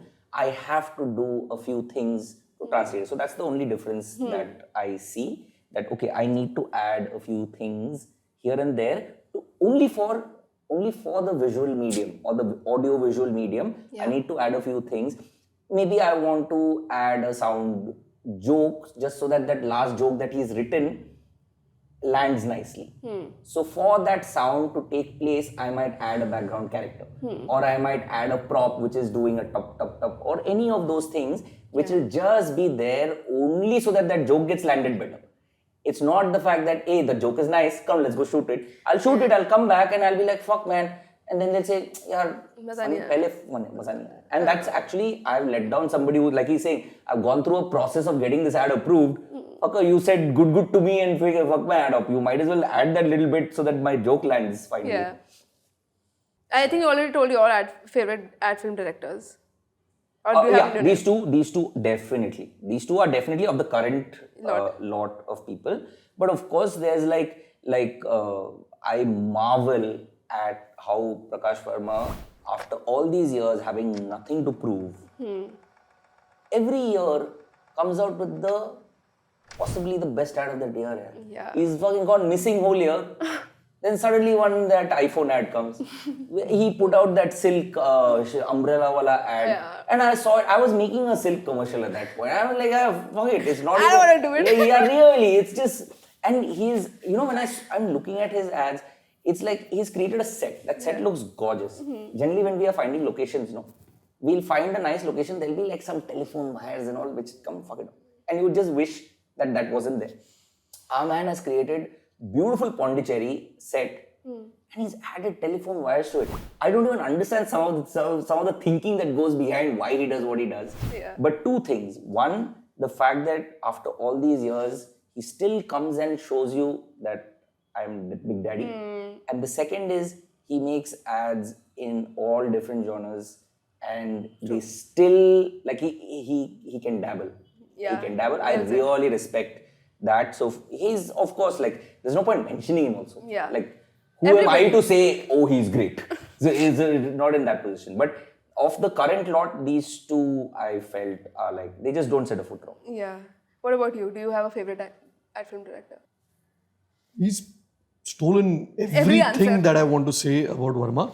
Yeah. I've worked with him recently, in the past, as a junior. To be very honest, the word is process, right? Like, Yeah. for me, the process with Verma is so enjoyable that I'm so certain that something good will come out of it. Yeah. Right? We learn so much with every bloody second that we spend with him. And for a man who, honestly, half the time, and I have not done it in front of him, I've done it in front of Sneha, where I imitate him, but half the time he's saying words that, you're not making sense of it after a point. Because it's there in his head and he's trying his best to express this to you. But the entire process is just so calm, so good, such a rich process because you talk about every minute detail that's there. And genreless. Yeah. There is no genre that Verma has not done like an iconic ad in. Like, in my head, one of the best performances ever gotten out on Indian advertising cameras. Just go back and see Verma's Live, Love, Laugh Foundation. That was the day, actually, because till then, he's a guy who creates good-looking things, charming stuff, sometimes funny things. But that Live, Laugh, Laugh Foundation ka ad had these 4 depressed people who are unable to speak about why they are sad, and he just keeps intercutting between their situations. And it's a long ad, and you can easily ham on an ad like that. Not a minute, every single story, and nobody told their story. They're depressed, so they don't have a particular reason as to why they're feeling the way they're feeling, except they're feeling super low.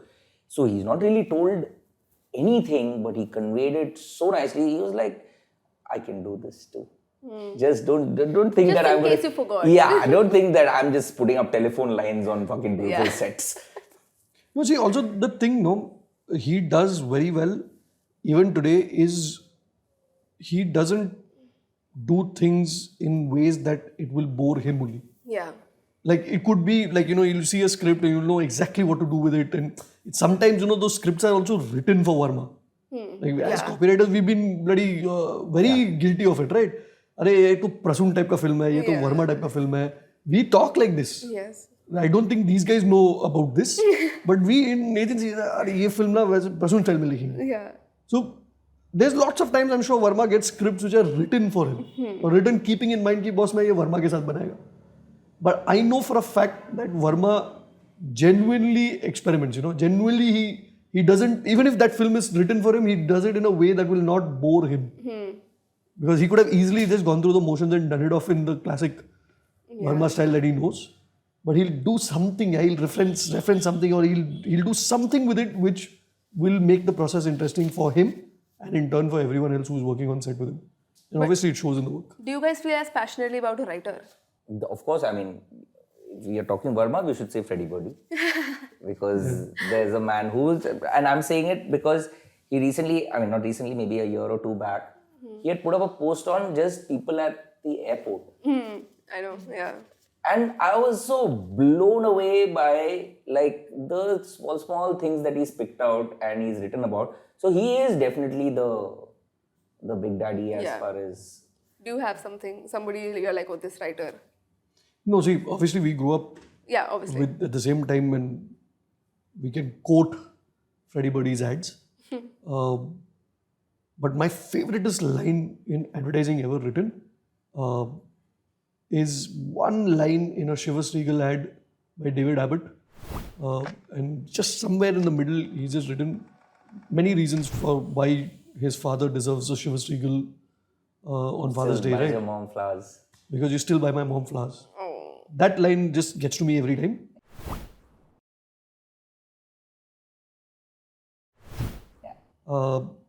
Today, I genuinely because we are talking about today copywriters, I genuinely follow Shika's work quite a lot. Again, never met her. but yeah, I've been in touch on Yeah. LinkedIn and messages. I follow Shika's work quite a lot. And to be very honest, I've worked with him before and I know what a beautiful genius he is. But I love every time Srijan Shukla does something, I know I will like it because he's genuinely thinking very insightfully all the time and he's very good at it also. So then he fucking creates spectacular pieces of work. And you are finishing each other's sentences also. Yeah. We are actually each other's favorite writers. We're not saying it. On camera we can't. We say that in bed. So I also feel like you guys have seen like the olden golden days we keep hearing about. And of course you guys are That's Sure. sorry to cut you short, but every generation talks about the olden Every- golden I know. period, and then it's your period. That's it. Yeah, but then everybody's like, oh, advertising used to be something else, which I don't disagree with. I don't think it's the same as what it used to be. It shouldn't be also, no? Yeah, but do you think it's changed in a better way? I don't know if any judgment call is required. Yeah, God knows. Like I'm saying, people today who join the business might change it for the better. God knows. Yeah. Of course, it's not the same. And usually when things are not the same, you tend to think like, hey, fuck yeah, badal gaya. Change is always bad, right? Could be good also. God knows. We just have not had the time. Yeah. The only good part is, I feel if like, because we've seen people like Ramsam, people like Shriram, all of them, right? They continue to remain cool. I'm not even using fucking boring words like relevant. Yeah. They continue to remain cool even today. Like they'll fucking still own a room with a bunch of young copywriters also, right? Coke Reimagine. When Coke wanted to do some He won can for it. And but the best idea was cracked by an old man copywriter who came, and I'm actually forgetting what the idea was. I'll tell you what it was. Yeah. So he was the guy who was the art partner, and the copywriter is dead. So Coke Reimagine did this whole thing where they got 4 of their legendary. Google did this project where they got 4 legendary copywriters, and they chose 4 ads, and they said if you had to reimagine that ad for today's day and age with tech involved and everything, right? And they got the present agencies to work with these guys as creative directors. So in 1960, there was the Coke Hilltop ad, which was just a song that says, I would like to buy the world a Coke and keep it company. The guy who was the art person who was part of that campaign, he literally reimagined that ad with tech to different vending machines placed across different points, different areas in the world. And where you could pay for a Coke and somebody, let's say if you're in New York, you could pay for a Coke and somebody in Egypt, Cairo could get the Coke and you could talk to them saying, I bought you a Coke. He's like, this was my idea. It was not possible in 60s. I want to do it now. Because And he won can for it. He should win everything for gold for it. Yeah. And he came up on stage and I remember seeing that video. Yeah. But the fact that it was tech related and it was there with a whole bunch of kids, the fact that eventually that person just goes to show that in our industry, eventually idea will still be king. And if you are the person who it falls into, that idea, then you are still boss of things. That is, I think, a really cool thing about our industry. But then what is this magic of advertising that they keep talking about that's not there anymore? I can tell you You're hanging around with the wrong people. No, I'm I can hanging tell you around with one really part old of it, people. which I am sure I've heard versions of it, they have heard versions of it further behind, is the amount of leverage you had in a room seems to be decreasing every day. And sometimes I feel there are valid reasons for it also. But also the fact that earlier a client would stay with a certain agency and you're building a relationship and you've been through the ups and downs with them. So therefore you have as much say on the brand, in the room, you have all of that.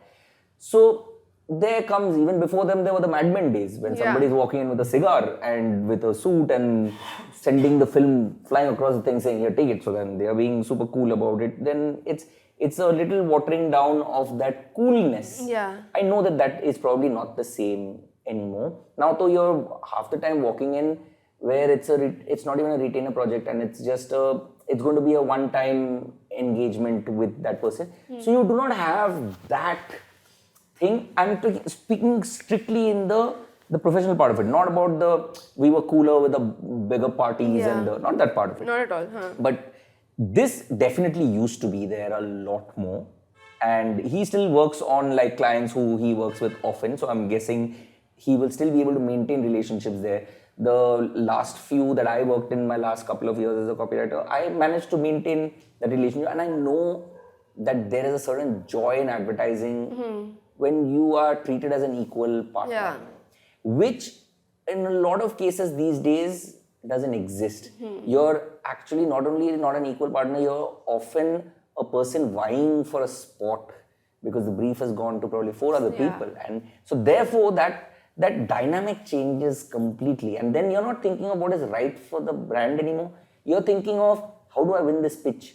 How can I do something a little more gimmicky than the next thing, so that you're thinking of the next person who could be writing something else.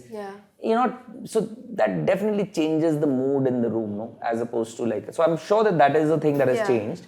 But apart from that, I do see lovely ads being made even now. In fact, I think there's a small resurgence in advertising of late, only because clients suddenly feel that this need for engagement is super strong. Otherwise, we're going to get lost in this entire ocean of ads, which was there. Ocean of ads was there like 10 years back also. Ocean of content, no? Yeah, ocean of, probably because of that. But 10 years back, they would still be okay if the ad is not going to be that interesting. But as long as I do my communication straight. But now they've taken a little bit of a step back on the communication and say like, first you have to let me be seen, which definitely works out better for storytellers, because we're like, okay, cool, we get to tell a little more stories. So actually I do think that that's a good point in advertising currently, as opposed to like 10 years back, I would think. What do you think? No, see, I'm saying people are still making bad ads. Lots a of lot people are more making. than before. I mean, there's a lot more ads being also made, right? Yeah. Like I'm saying, there are a lot more mediums for you to be present in, and hence be bad in.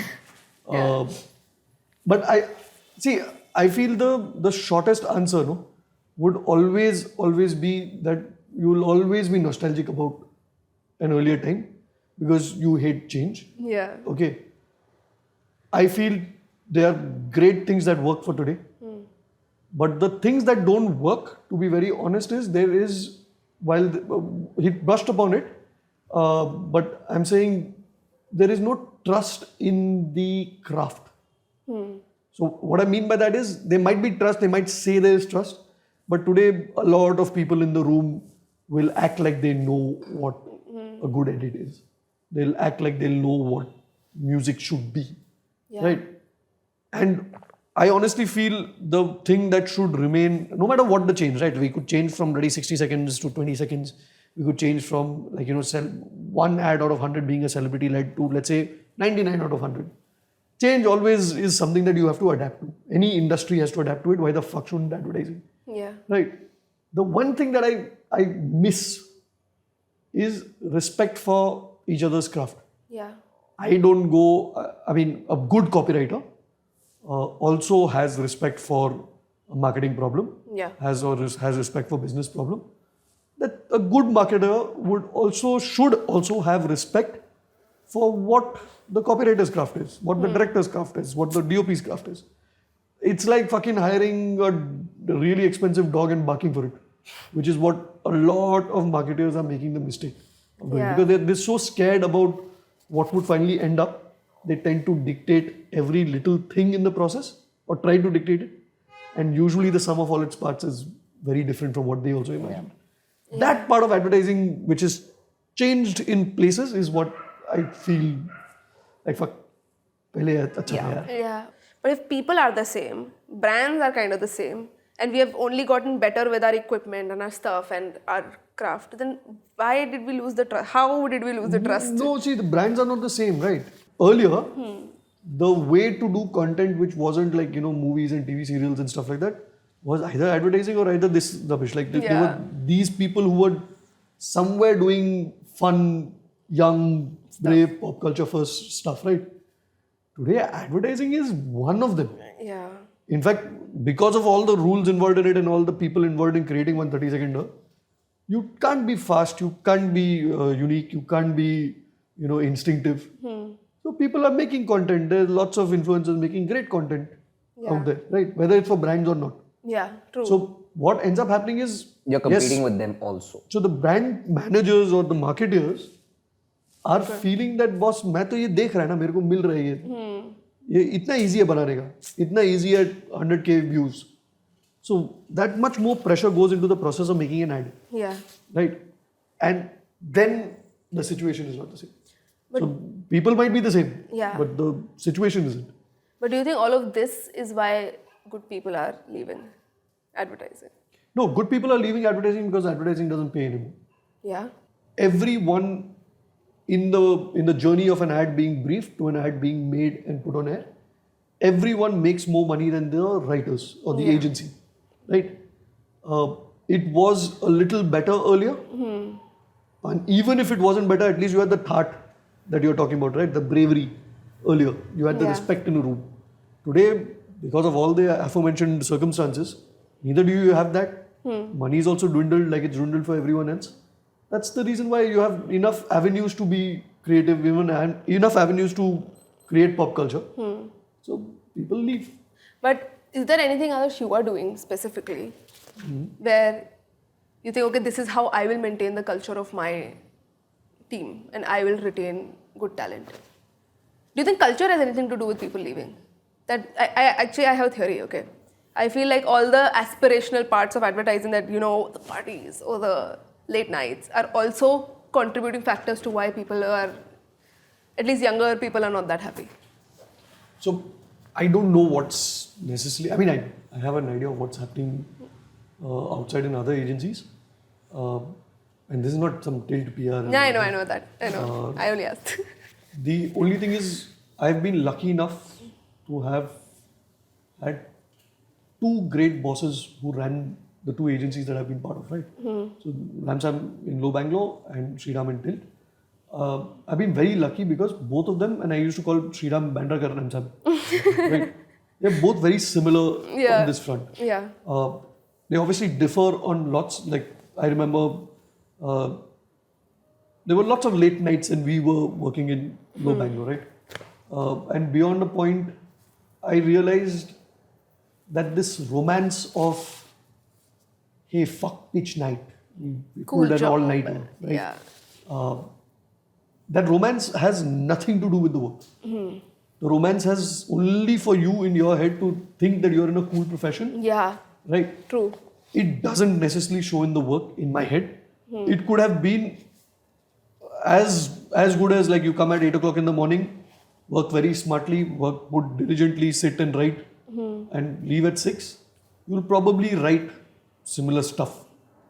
This is what I believe in. Yeah.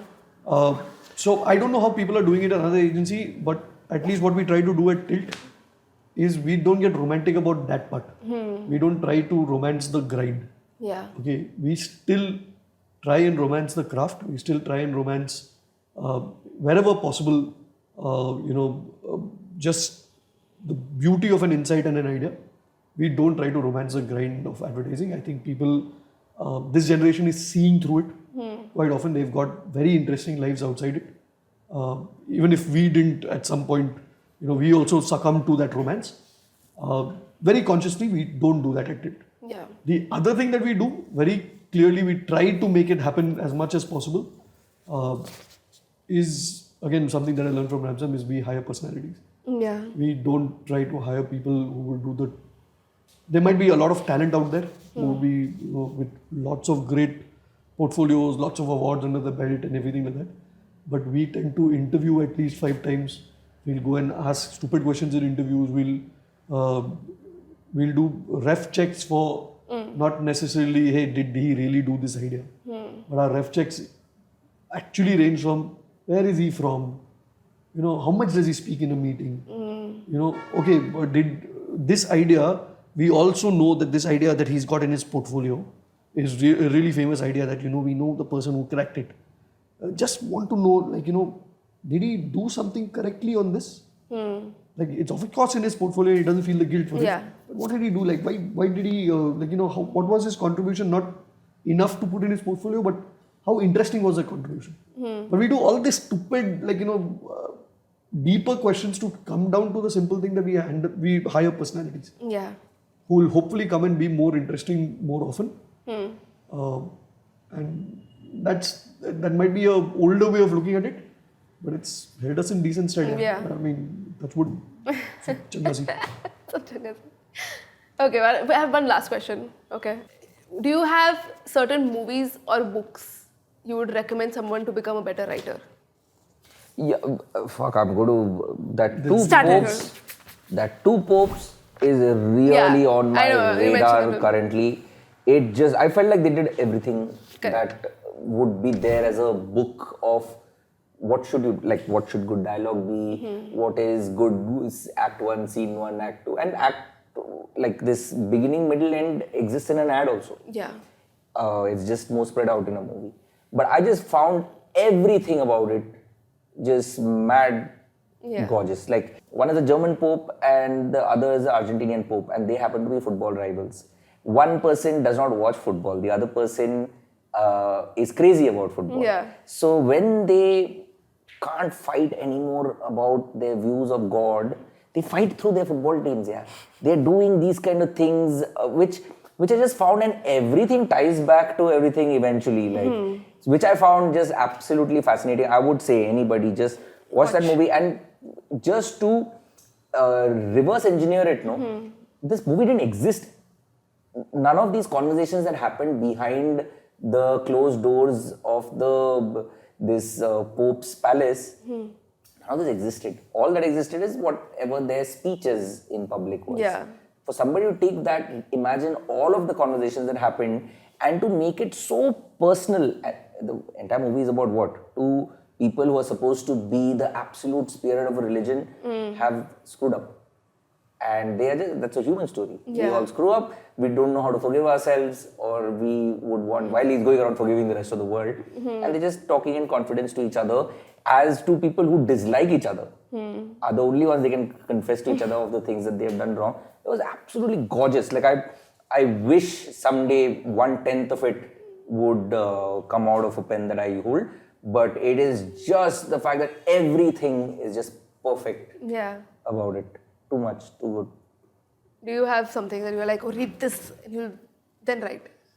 Yeah, I don't consider myself a writer right now. I think I'm still copywriter only. Yeah. Writer to pata nahi yaar bhai.